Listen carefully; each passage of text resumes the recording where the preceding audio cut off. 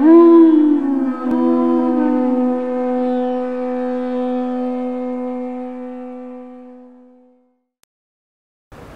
it looks like we're going through chapter 15 this month. And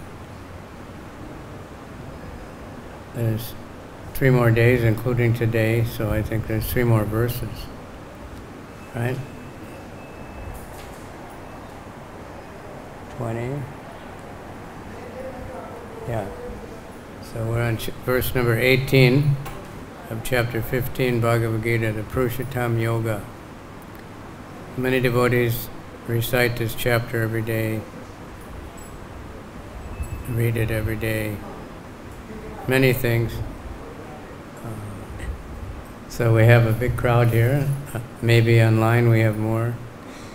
It's quite hot in Vrindavan, if anybody's watching from distant places. 41 degrees. You don't walk barefoot. Interesting place. The other night it rained and the rainwater was very cold.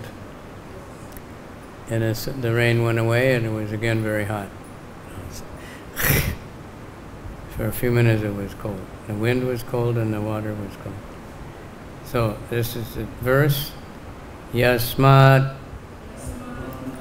charam atito aham aksharad api chotama atosmi loke vede cha pratita Purushottama Yasmat charam atitoham Aksharada pichotama Atosmi loke vedecha Pratita Purushottama Yasmat because charam to the fallible, atita, transcendental, aham, I am, aksharat, beyond the infallible, api, also, cha, and, uttama, the best, ata, therefore,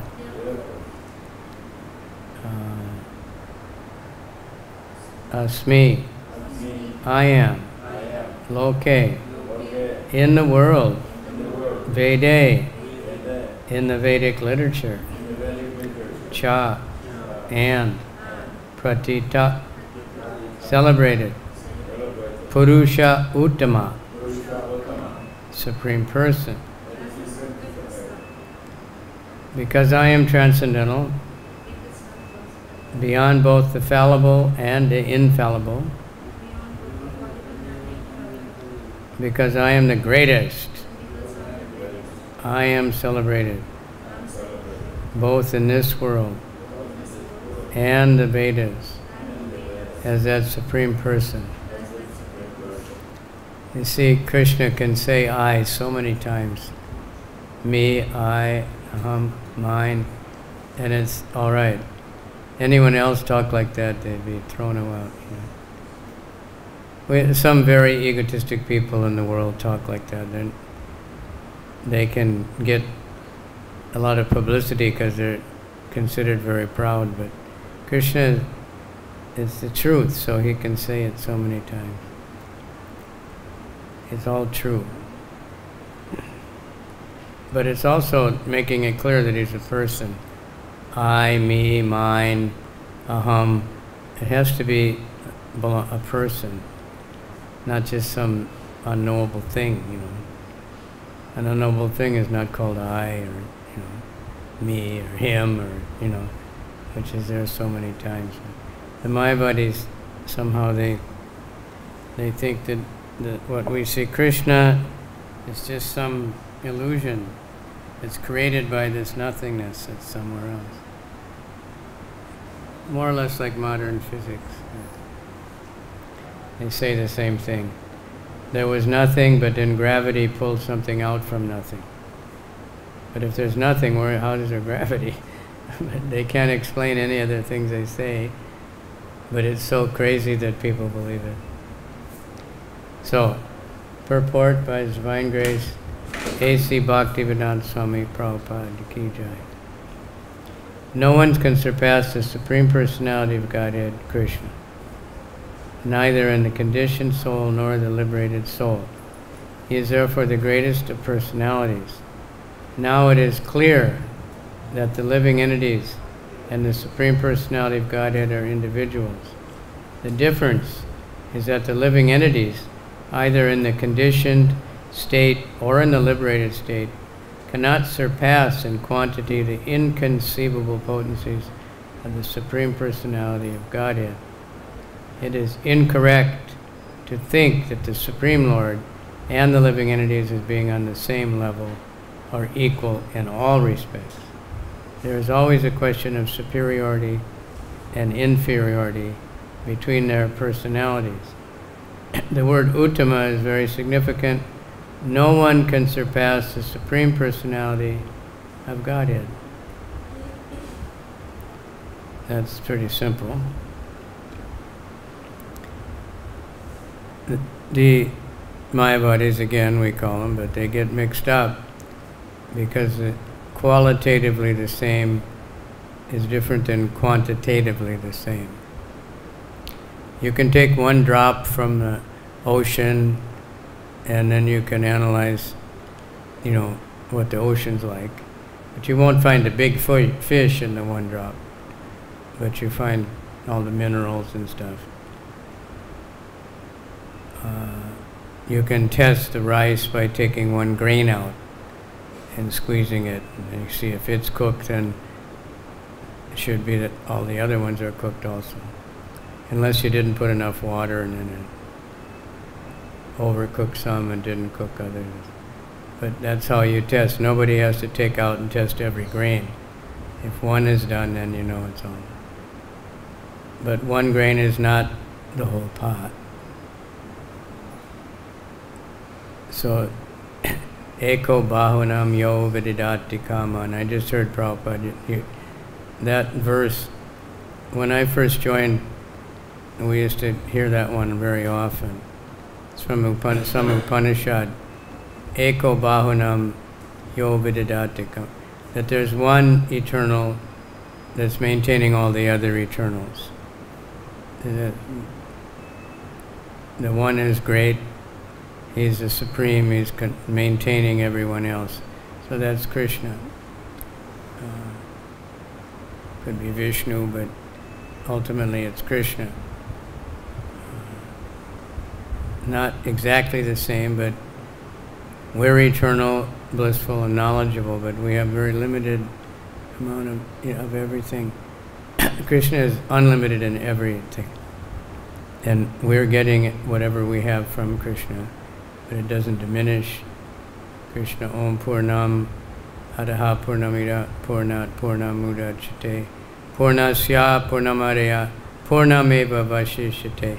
These are all very simple verses that, again, back in the good old days, we quoted because we didn't have all these books, and so we had access to not so many slokas. But these are essential slokas, and we should know them. That Purna means complete, and Krishna is complete, and from him though emanate many complete units, but he remains complete. The Mayavadis, they say that if there was a complete unit first, but then all these other units break off, and then the other one gradually doesn't exist anymore. Just like if you have a big cake and you cut it up and give out all the pieces, then you don't have the cake anymore, you just have a lot of pieces. So they're saying it's the same way with Krishna. But Krishna is becoming greater and greater all the time, no matter how many universes emanate from him, spiritual and material. So that's why we say inconceivable. It's beyond anybody's comprehension.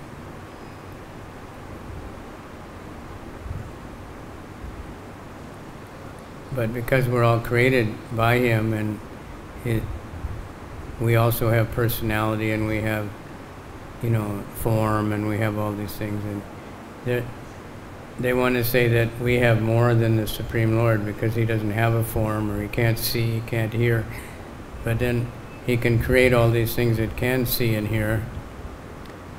Then they'll say we don't want to see and hear anymore because we see and hear bad things, so we want to just be nothingness, because they have no idea of purity in the spiritual world.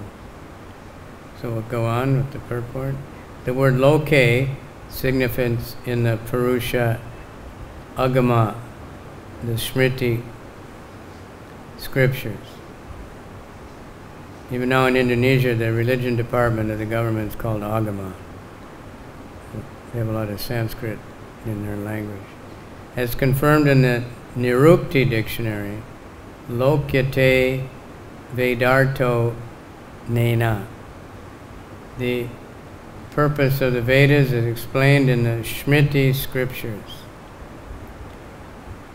The Supreme Lord in his localized aspect of Paramatma is also described in the Vedas themselves. The following verse appears in the Chandogya Upanishad 8:12:3. Tavadesha samprasado shmach charirat samutaya param jyoti rupam sampajya swena rupena bin ishpajyate sa uttama parusha. The Supreme Supersoul is coming out of the body, enters the impersonal Brahma Jyoti. Then in his form he remains in his spiritual identity. That Supreme is called the Supreme Personality. This means that the Supreme Personality is exhibited and diffusing his spiritual effulgence, which is the ultimate illumination. The Supersoul Personality also has a localized aspect as Paramatma, by incarnating himself as the son of Satyavati and Parashara. He explains the Vedic knowledge as Vyasadeva.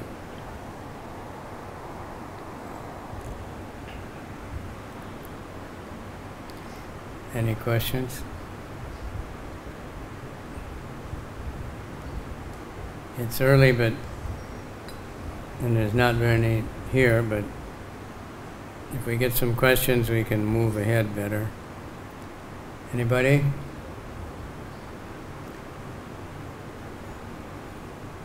Any questions about Bhagavad-Gita, about Krishna? Huh? What about Brahmajyoti? Huh? What about it? What about it? We explain this Brahmajyoti. What is Brahmajyoti? Jyoti means light. So it's spiritual light. It's actually the effulgence of Krishna. Just like we have light there. I can't see the bulbs because there's something, but I can see the light.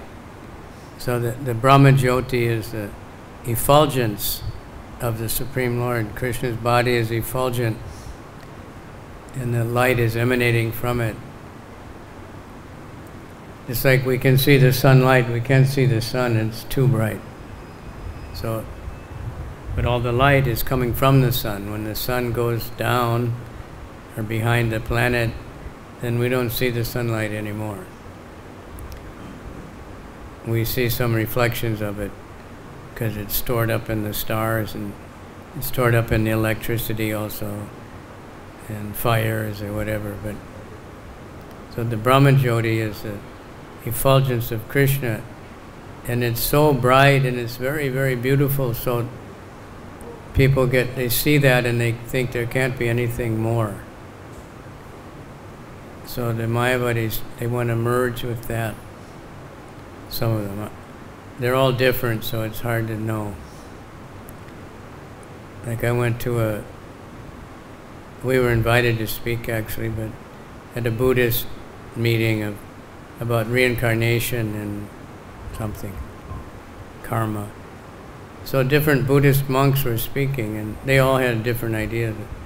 One was saying, when you come to death, you'll see this blue light, and you have to focus on that light, and you have to focus and concentrate, and then you can merge into that light, and then you just become one particle of light. The Brahmajyoti is actually made up of many souls that are disembodied, but they're still effulgent. It's all emanating from Krishna. Even in somewhere in the Quran or somewhere in the Muslim, you say that Muhammad used to go and meet Allah and hear from him. But they said that bright light emanating from Allah was so bright that he couldn't see it. There had to be 200 curtains to block that light, then he could just hear Allah speaking. So they had that idea that God is so effulgent that, that's why you can't approach him. But then we have the Ishopanishad. What's that verse? The Ishopanishad? Towards the end of the Ishopanishad. Pum samne kase yama surya prajap. I can't catch the Sanskrit, but please remove your dazzling effulgence so I can see you. That's the prayer. That when the effulgence is there, you can't see the Lord. You can only see the effulgence because it's so bright. But he can remove it for a devotee, so a devotee can see him. But only he can remove it. There's no curtain that will block it. And so we put the curtain in, we won't hear or we won't know anything. We'll just think there's nothing behind it. But so please remove your dazzling effulgence. That's the prayer of a devotee. They want to see Krishna. They don't want to be bewildered by, the dazzling effulgence of Krishna.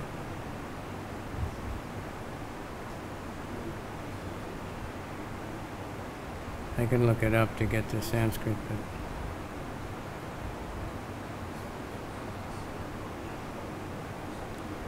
but okay? You don't want to merge into the Brahmajyoti though. That's for people that are fearful of existence.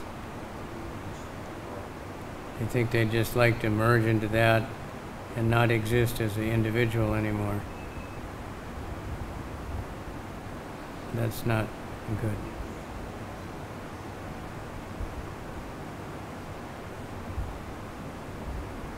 Yeah. Pum samekuse yama surya prajapatya vayurasmin navsamaha teja tejo yat te rupam kalyana tamam tate pushami yo saviso purushak sohamasmi. O my dear Lord, O primeval philosopher, maintainer of the universe, O regulating principle, destination of the pure devotee, well-wisher, the progenitors of mankind, please remove your effulgence of your transcendental rays so I can see your form of bliss. You are the eternal Supreme Personality of Godhead. Like unto the sun, as am I. We're small parts, in other words. Compared to the sun, we're nobody. But the light of the sun, it's so far away, it's still blinding if we look at it. And the heat and light comes into our room here, but we can't see the sun planet, we can only see the light. Okay? So that's why we're concerned with the Supreme Personality of Godhead, the person. And bhakti-yoga is to develop a relationship with Krishna, the Supreme Lord. So that he takes away his effulgence, he takes away the covering of Maya, and we can see him only by devotional service, by hearing from a lover of Krishna, from a devotee. Then we can learn how to practice pleasing Krishna, and then he reveals himself as he pleases. And there's so many different forms. He reveals himself according to the desires of different devotees.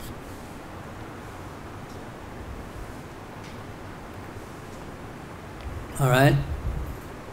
Any other question? Anybody thinking?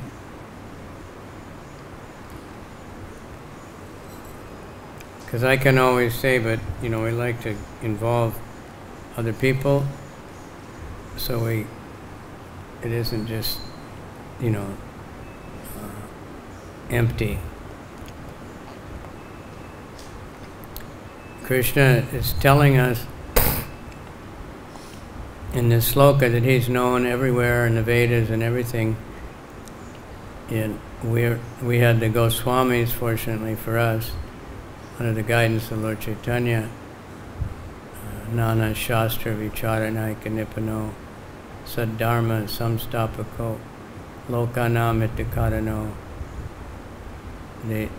They studied scrutinizingly all the Vedas for the benefit of everyone, to find out the places in the Vedas where it's stressing bhakti and stressing that Krishna is the Supreme Personality of Godhead. Because it's there in the Vedas, but it's also not so obvious in many parts of the Vedas. Because the Vedas also have a lot about all kinds of yagyas for material gain or mystic powers. That's all material gain. Or, if you read the Shiva Purana, you'll definitely think that Shiva is the Supreme, because he is very great, and the descriptions of him are bewildering. But if you read everything, then you'll see that he's worshipping Krishna. But if you only read a little bit, people get bewildered. That's why you need a guru and we have fortunately the disciplic succession who continues to take out the essential things, because we don't have the time or the ability to, eventually there was one Veda, and all the information that's now in the 4 Vedas, that was there, but the Brahmanas were so intelligent, if they needed knowledge of yoga or knowledge of this or that, they could just pick it out from the one called the Rig Veda, I think. But then gradually, Vyas could see that intelligence was reducing, lifespan was reducing, so he divided into the 4 different divisions. But not only that, but then he wrote the Puranas and the histories, the Itihasas, and many things, to give the same instructions in more simple ways, and then to focus on, and there's Puranas, 18 main ones, and 6 are to help people in the mode of ignorance, 6 are for passion, and 6 are for goodness. But in the ones that are, not only ignorant, but it also talks about the Supreme Lord and bhakti and everything, but it's not stressed so much. Same thing with the ones for the mode of passion. Krishna, the Supreme Lord, bhakti-yoga is always mentioned. Just like Bhagavad-Gita in the beginning, it's mostly stressing on karma yoga. But bhakti is there, but not so directly. Krishna doesn't say I and me so much. Talks about the Supreme and things like that, kind of in the third person. But then in the middle 6 chapters, it starts to say that I and me and mine and all these things much more, where he's stressing on bhakti. And towards the end, it gives a lot of knowledge, the 3 modes of nature and all these different things. But the conclusion is that behind all this stuff is the Supreme Lord, the person, the supreme controller of all the modes of nature. But it takes the great acharyas who are empowered, and Krishna guides them to the right parts, and they're able to study so much Vedas, all for our benefit. So we have to be very thankful to them and honor them and course, the way to honor them is to follow the teachings that we get through our Acharya, our founder Acharya Srila Prabhupada, and then his followers who are carrying on the same line. And serving, that's how we can we're always obliged, we'll never be unobliged, but that's how you pay back. But the more we pay back to Krishna, the more we get from Krishna. So it's a constant, ever-increasing activity of loving exchanges, which you can't have with the Brahmajyoti, right? You can't have with the universal form. Prabhupada said you can't make a dress for the universal form. You can't make a garland. For Krishna you can make a garland. You can sit and make a garland, but for universal form, how could you make a garland? How could you make a dress? See? So that's why Arjuna, no, I don't like this. You just... And so nowadays, there are many different religious movements which stress on this awe and reverence. They build beautiful, beautiful buildings, that stunning, but there's no deity or anything. And you can just think, oh, God must be something very great. Have such a nice house. Like if you see a very rich man's house, obviously he's very rich, right? He's got gold chandeliers and servants all over the place, and this man is very rich, and that's what he wants. He wants everybody to know that he's very rich. He doesn't need such a big house for any purpose whatsoever. Sometimes they get intelligent. I saw one guy, he got very rich, and movie director or something. And he had one of these big Hollywood houses up on a hill, and he moved to a trailer camp. He said, when I was there, I didn't have any neighbors. I was all alone all the time. In the trailer camp, my neighbors, if I need something, is right there, we all know each other, and it's a much better life. It's a high-class one, but, they realize there's no need to show off, So Krishna doesn't show off, and he lives, Lord Chaitanya is sannyasi. He lived very simple. He wants love, he wants service. But we need also in Kali Yuga the awe and reverence. We have to know God is great. But not only that. How great? What is his real greatness is his love for all the devotees and his ability to have loving exchange with everybody. Ye yatamam prapadyate. Whatever we offer to Krishna, he'll give back. Okay? Anybody wake up? Or what, did you find something interesting on your phone there to ask about?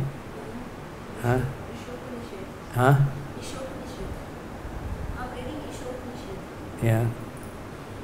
The Ishopanishad is called the Gita is called the Gita Upanishad. Ishopanishad is 18 slokas. Bhagavad-Gita is 18 chapters. Prabhupada said Ishopanishad very important. It's one of the first books we had. He said you can chant Ishopanishad on Harinam. Nobody ever did, I think, but he said they're just as potent as Hare Krishna, these slokas. It's a very important book for the modern age when everybody is Mayavadi polluted and contaminated. It just smashes every Mayavadi argument anyone could ever think of. So there's some very long purports, but they're not difficult ones, they're very simple. But if you have trouble with questions people ask and doubts and stupid bewilderments, then if you read Ishopanishad, you have no problem to answer anything.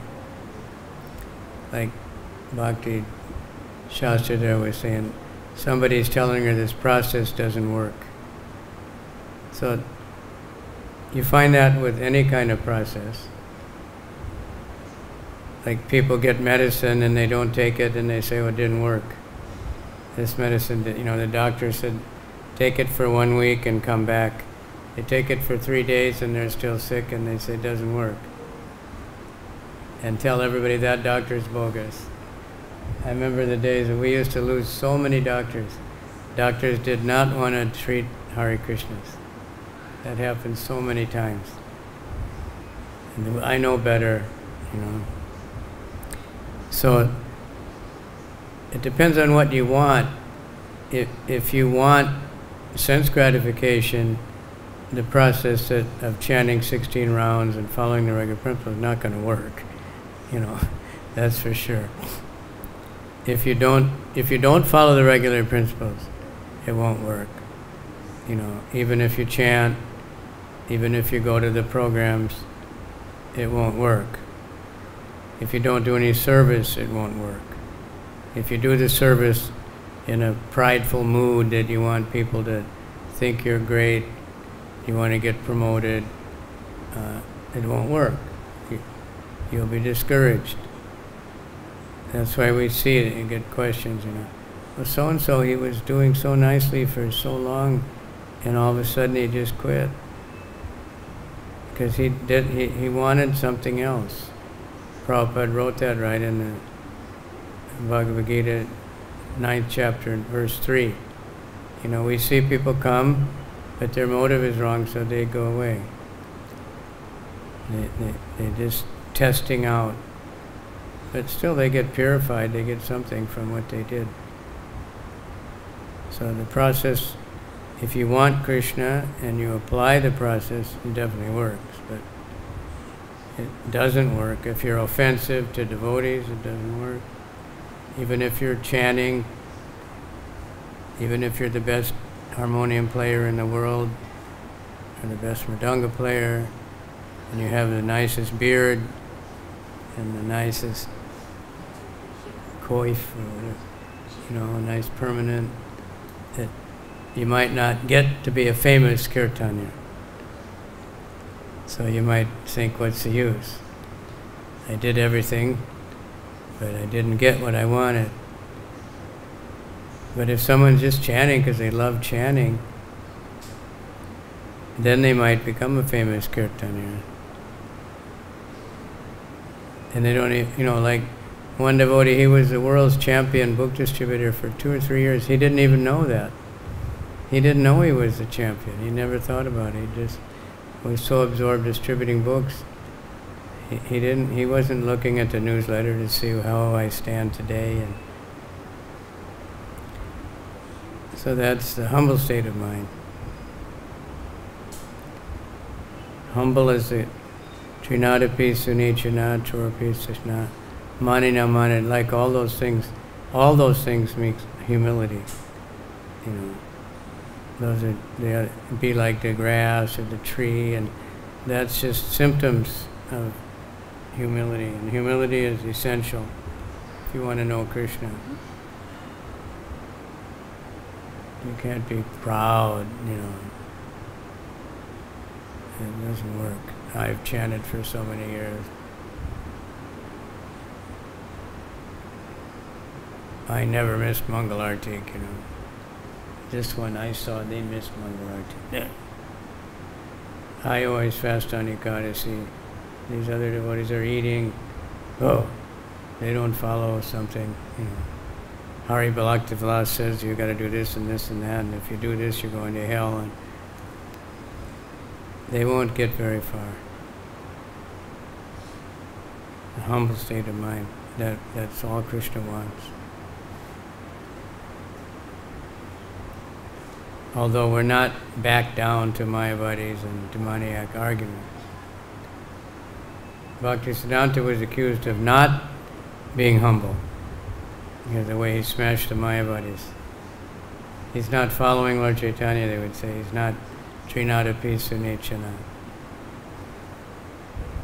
Because he's so hard. Even Prabhupada,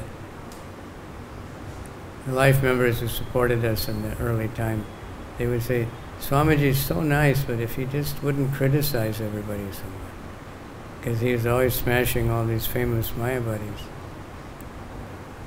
Because they're polluting everybody. destroying the whole Vedic culture, preaching their nonsense Mayavadi stuff, you know. So of course you can't just say yatamat tatapat like they do. Whatever you think, whatever I think, everything's fine. It doesn't work. It's not even practical. It won't work on a football team even. If everybody just does whatever they want and there's no coordination, the team is not going to function, right? I never analyzed like the football you play, the soccer, but you know, it looks like a bunch of people just running around all independently, but it's not. They have, every time one guy gets the ball, they go shout out some numbers, and there's certain things everybody does. And then they change it as things go on. It doesn't look like that, but they're organized. If they weren't, then they never get anywhere. So, you know, if we need teamwork, we need to work together toward spreading Krishna consciousness and making facilities for everyone to hear about Krishna. Like here, they have a good facility. They're always putting everything on the TV and the radio and all these things, so people that can't get out to the temple can come anyway and participate. It would be nice if we could have the mystic power to see everybody, if anybody's really listening, but you know, we just take our chances. But then it goes online, so we have to thank Google and Mr. Zuckerberg and all these people who make all those arrangements so that we can use this to reach out to so many people. I'll just throw that in, that our communications people they say every devotee should have his own Facebook at least and be preaching. You know, just turn it on and preach something. Read some book, or you know, talk about how you became a devotee. People love that kind of stuff. Everybody has a few people that are their friends and listen to them, you know. And who knows who might become very popular. Most of our devotees are becoming super popular. They never mention Krishna though. But we're not after super popular, but we're after finding somebody who really wants to hear about Krishna. There are many, many people out there. Many, many people. Even in America, it's actually shocking. The book distributors, every day they meet so many people. Oh, you know, looking for Krishna. Saw one today, that 2 boys took Bhagavad-Gita, a couple books, and they said they had so many spiritual books, but they didn't have Bhagavad-Gita. And the one had come to the mall, he had a bunch of necklaces. He came to get a Krishna one. That's why he came shopping. And then he saw the book table and he got the Bhagavad-Gita. He did get the Krishna thing also. So, you know, they're all out there, look everywhere, people looking for Krishna. So if we all reach out to make it available to more and more people, then we'll be very happy, and the world will become happy. And there's no other cure for all the anomalies of modern society. There's no one famous rock and roll singer years ago, I said, there's no material solution. Because they had enough association with devotees, and you know, they read Bhagavad-Gita, so they know that. There's no material solution. You can just make something a little bit all right one side, something's getting worse somewhere else. But if enough people are chanting all the time, it's going to affect the whole universe. Okay, so thank you for coming. I know it's very hot, and there's not so many people are starting to leave Vrindavan as the Purushottam month is over.